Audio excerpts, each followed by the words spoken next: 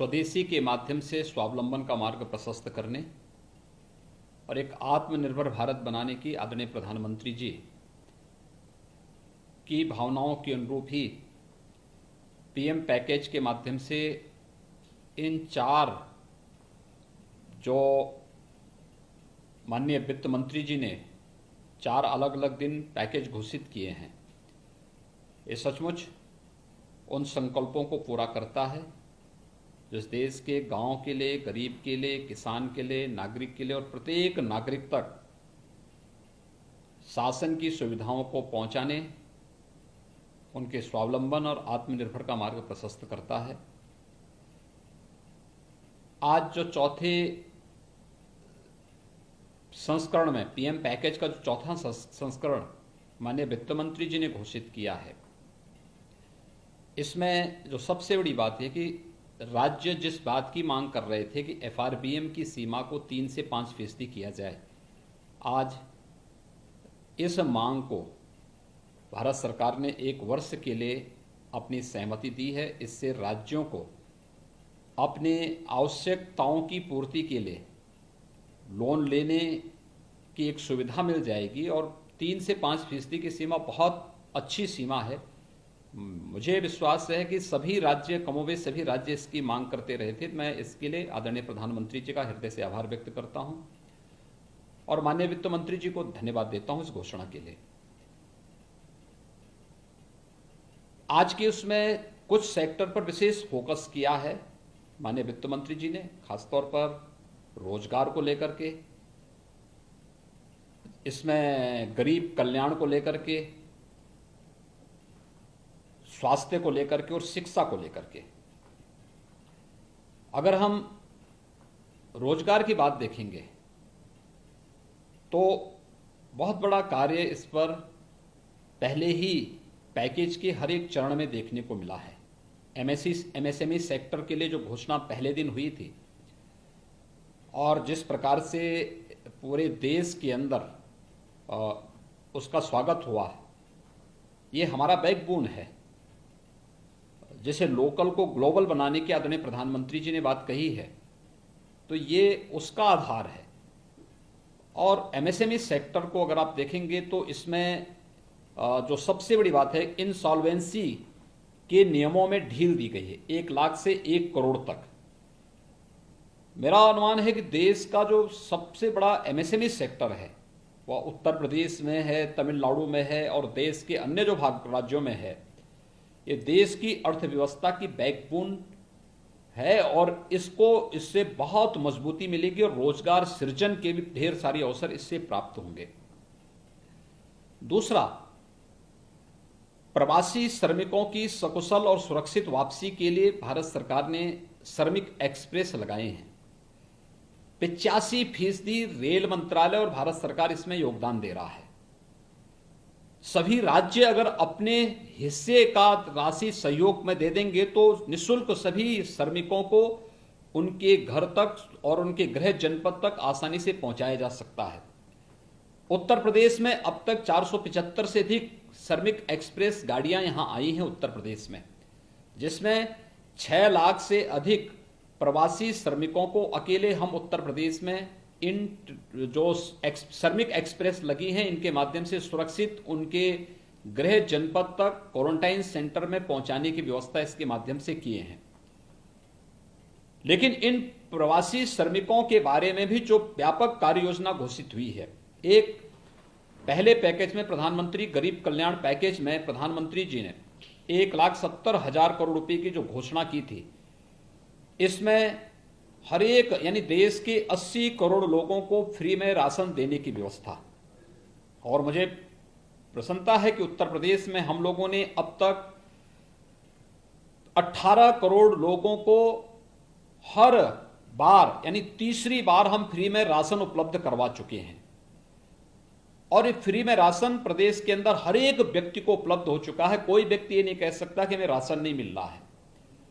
इसके अलावा प्रदेश के अंदर रोजगार सृजन की दृष्टि से भी जो कार्य प्रारंभ हुए हैं, इसमें एमएसएमई सेक्टर में बहुत बड़ा कार्य हुआ है। यहाँ पे जो उद्योग बंद थे उनको प्रारंभ करके उसमें कार्य प्रारंभ हुआ है, उसके माध्यम से बहुत सारे लोगों को रोजगार यहाँ उपलब्ध हुआ है। मनरेगा में आज के दिन पर उत्तर प्रदेश में प्रतिदिन 30 लाख लोगों को रोजगार प्राप्त हो रहा है और मनरेगा के माध्यम से ही 300 करोड़ रोजगार सृजित करने का जो लक्ष्य रखा गया है, 40,000 करोड़ रुपए की व्यवस्था केवल इसी के लिए की गई है और इसके माध्यम से मानसून के दौरान भी सभी लोगों को काम मिल सके इसका भी प्रावधान किया गया है। प्रवासी श्रमिकों के लिए भी कुछ सहयोग देने के लिए भी इसमें व्यवस्था की गई है। ये रोजगार सृजन के जो पैकेज घोषित हो रहे हैं, ये निश्चित ही हर एक हाथ को काम देने की सामर्थ्य रखते हैं और इस पर बहुत स्वागत योग्य है। मैं इसके लिए आदरणीय प्रधानमंत्री जी का हृदय से आभार व्यक्त करता हूं। स्वास्थ्य के सेक्टर में भी आज आप देखेंगे, उत्तर प्रदेश को ही अगर हम लोग लें तो जब कोरोना का पहला पॉजिटिव केस आया था तब उत्तर प्रदेश में हमारे पास तब न पीपीई किट यहां पे बनती थी, ना N95 मास्क की व्यवस्था थी, ना सैनिटाइजर की व्यवस्था हमारे पास थी। हमारे पास तब केवल 50 टेस्टिंग की क्षमता की एक लैब लखनऊ में थी। आज हमारे पास 26 लेबोरेटरी हैं। पर्याप्त मात्रा में भारत सरकार हमें किट उपलब्ध करा रहा है और प्रतिदिन हम लोग इस समय 6,000 टेस्ट प्रतिदिन कर रहे हैं। अगले 2-3 दिन के अंदर हम इस क्षमता को बढ़ा करके 10,000 तक करने जा रहे हैं।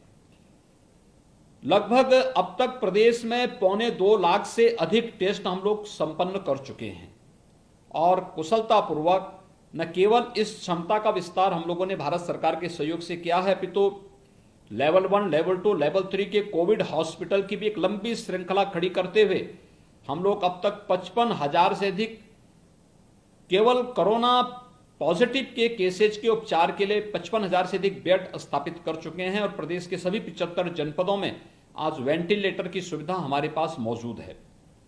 यह व्यवस्था हम लोगों ने आज के दिन पर प्रदेश के अंदर अपनी व्यवस्थाएं प्रारंभ कर दी हैं। इन कार्यक्रमों को हम बहुत अच्छे ढंग से आगे बढ़ा रहे हैं। आज पीपीई किट उत्पादन की 26 यूनिट अकेले यूपी में स्थापित हो चुकी हैं। ये एमएसएमई सेक्टर को जो योगदान भारत सरकार ने दिए उसका परिणाम है। सैनिटाइजर न केवल उत्तर प्रदेश आज इस मामले में हमारी फैक्ट्रियां, डिस्टिलरीज इसमें पर्याप्त मात्रा में सैनिटाइजर उपलब्ध करा रही हैं, बल्कि हमने 28 राज्यों को भी सैनिटाइजर यहां से भेजा है और उन 28 राज्यों में पर्याप्त मात्रा में सैनिटाइजर आज के दिन पे उपलब्ध हुआ है। तो स्वाभाविक रूप से यह स्वास्थ्य सेक्टर में भी जो बहुत बड़ा काम हुआ है, यह पहले से भी आदरणीय प्रधानमंत्री जी का एक फोकस सेक्टर रहा है और उसमें उत्तर प्रदेश के अंदर विगत 3 वर्ष के अंदर 29 नए मेडिकल कॉलेजेस बनने प्रारंभ हुए हैं, जिनमें पिछले साल हमने 7 में प्रवेश भी प्रारंभ कर दिया। 2 नए एम्स प्रारंभ हुए हैं, एक गोरखपुर और रायबरेली, दोनों में हम लोगों ने ओपीडी के साथ साथ वहां पर हम लोगों ने पाठ्यक्रम भी पिछले वर्ष से प्रारंभ कर लिया है।